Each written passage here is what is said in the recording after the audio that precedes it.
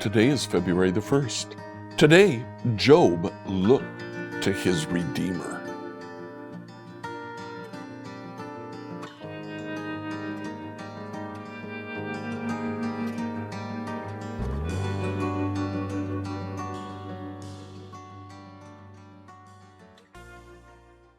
Reading through the Bible in a year, I'd like you to read Job chapters 18 through 20. In chapter 18, Bildad responds to Job's defense before Eliphaz. They always occur in this order: Eliphaz, Bildad, Zophar. They went through one round. We're now in the middle of the second round. Bildad now responds to Job. And Bildad continues the direct attack on Job. Look at what he says in chapter 18, verse 13. Disease eats their skin. Death devours their limbs. Job was suffering from a horrible skin disease at this point. Verse 15, the homes of the wicked will burn down. Job's home burned. And then in verse 19, they will have neither children nor grandchildren. Job's offspring, his 7 sons and 3 daughters, were all killed when his house collapsed on top of them. Bildad makes a direct attack against Job, saying, Job, this is happening to you. You must have sinned. Chapter 19, Job responds, how long will you torture me? Boy, these words of his friends are cutting deep into Job. And so Job responds in verse 4, even if I've sinned, that's my concern, not yours. And he looks directly to God and continues on his complaint. He talks about where he is. He says, I have been undone. The Lord has indeed attacked me. Verse 21 and 22, he says, have mercy on me, my friends, have mercy, for the hand of God has struck me. Must you also persecute me like God does? Haven't you chewed me up enough? Job says, you should be supporting me. Instead, you turn and attack me. Because of this, Job now looks to the Lord. Verse 25, and he says, as for me, I know that my Redeemer lives. He'll stand upon the earth at last. After my body has decayed, yet in my body, I will see God. I will see him for myself. Yes, I will see him with my own eyes. I'm overwhelmed at the thought. Job looks to God for his ultimate redemption.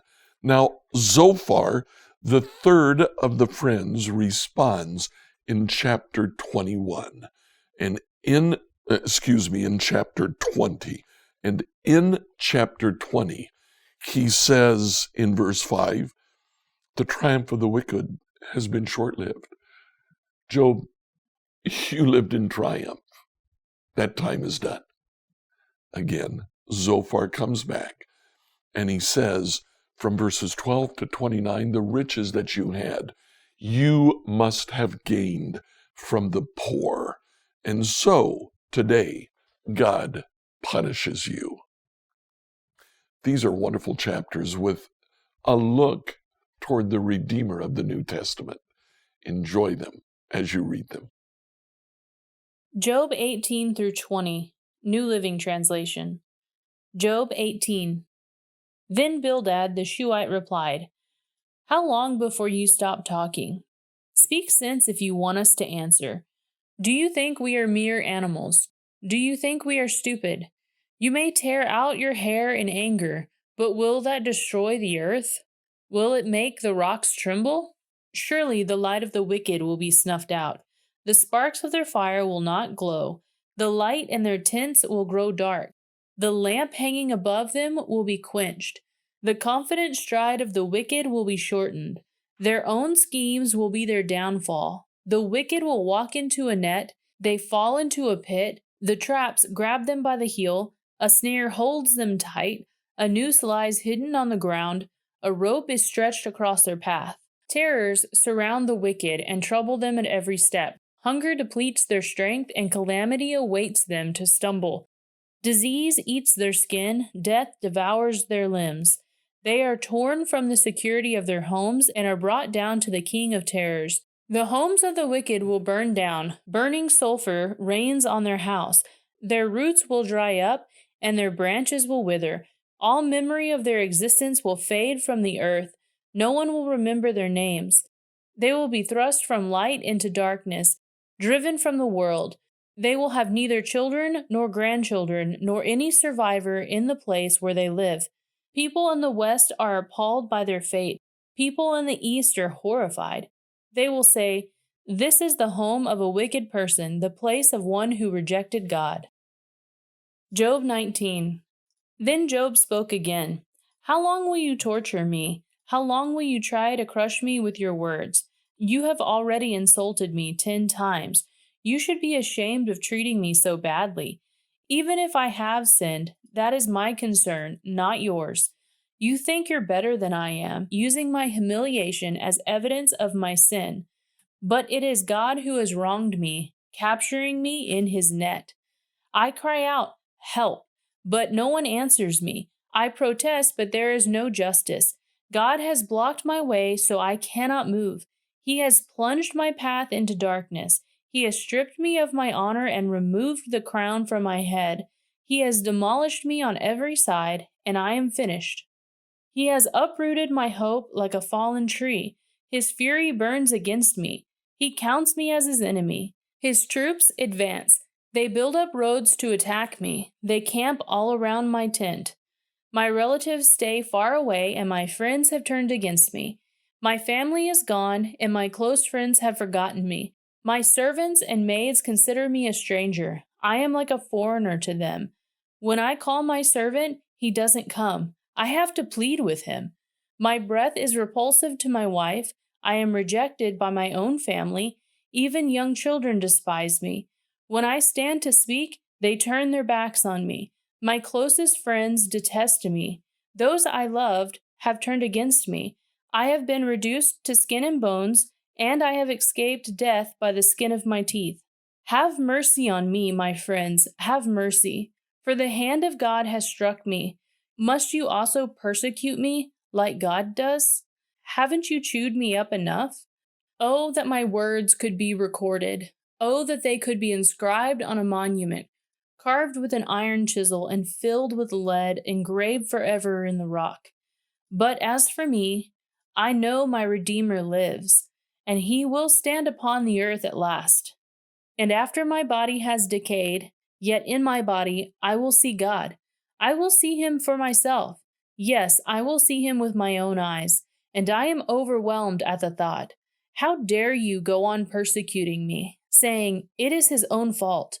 You should fear punishment for yourselves, for your attitude deserves punishment. Then you will know that there is indeed a judgment. Job 20. Then Zophar the Naamite replied, I must reply because I am greatly disturbed. I've had to endure your insults, but now my spirit prompts me to reply.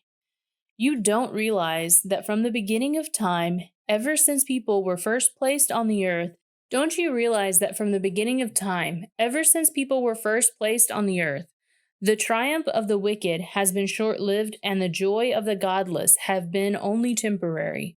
Though the pride of the godless reaches to the heavens and their heads touch the clouds, yet they will vanish forever, thrown away like their own dung.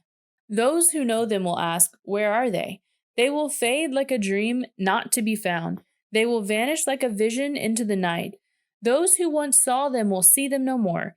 Their families will never see them again. Their children will beg from the poor, for they must give back their stolen riches. Though they are young, their bones will lie in the dust. They enjoyed the sweet taste of wickedness. Letting it melt under their tongues, they savored it, holding it long in their mouths. But suddenly the food in their bellies turns sour, a poisonous venom in their stomach. They will vomit the wealth they swallowed, God won't let them keep it down. They will suck the poison from cobras. The viper will kill them. They will never again enjoy streams of olive oil or rivers of milk and honey. They will give back everything they worked for. Their wealth will bring them no joy, for they oppressed the poor and left them destitute. They foreclosed on their homes. They were always greedy and never satisfied. Nothing remains of all the things they have dreamed about. Nothing is left after they finish gorging themselves. Therefore, their prosperity will not endure. In the midst of plenty, they will run into trouble and be overcome by misery. May God give them a belly full of trouble. May God rain down his anger upon them. When they try to escape an iron weapon, a bronze-tipped arrow will pierce them. The arrow is pulled from their back, and the arrowhead glistens with blood. The terrors of death are upon them. Their treasures will be thrown into the deepest darkness. A wildfire will devour their goods, consuming all they have left. The heavens will reveal their guilt, and the earth will testify against them. A flood will sweep away their house. God's anger will descend on them in torrents. This is the reward that God gives the wicked. It is the inheritance decreed by God. Scripture reading by Emily Herrera. Like, follow, and subscribe to this devotional on whatever platform you use to listen to it. Email your questions to us at questions@becomehope.com. Tomorrow, we'll ask the question, why do the wicked prosper?